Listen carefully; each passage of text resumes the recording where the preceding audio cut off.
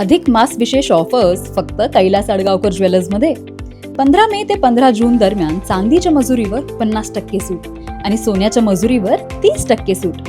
आजच भेट द्या Kailas अडगावकर jewellers, Datta Mandir bus stop, Nashik road.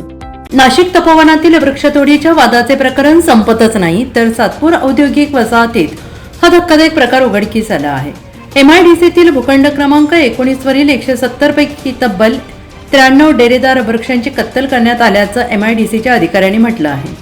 अवघ्या काही महिन्यात हिरवागार परिसर ओसाड करण्यात आल्याने पर्यावरण प्रेमी आणि नागरिकांमध्ये संतापाची लाट उसळली आहे. या प्रकरणी सातपूर पोलीस ठाण्यात अज्ञातांविरोधात गुन्हा दाखल करण्यात आलेला आहे. महाराष्ट्र औद्योगिक विकास महामंडळाचे MIDC कार्यकारी अभियंता जयवंत परशुराम पवार यांच्या फिर्यादीवरून भारतीय न्याय संहिता, महाराष्ट्र नागरिक क्षेत्र झाडांचे संरक्षण आणि जतन अधिनियम, पर्यावरण संरक्षण कायदा तसेच सार्वजनिक मालमत्तेचे नुकसान प्रतिबंधक कायद्यान्वये गुन्हा दाखल करण्यात आला आहे.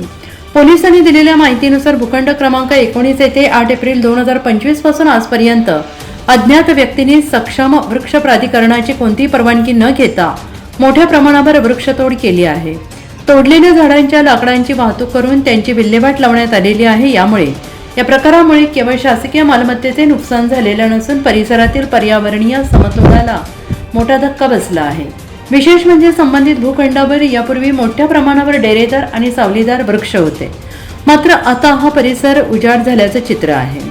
तब्बल 93 झाडे गायब झाल्यानंतर हा प्रकार इतके दिवस प्रशासनाच्या नजरेतून कसा सुटला असाच प्रश्न आता पडतो आहे.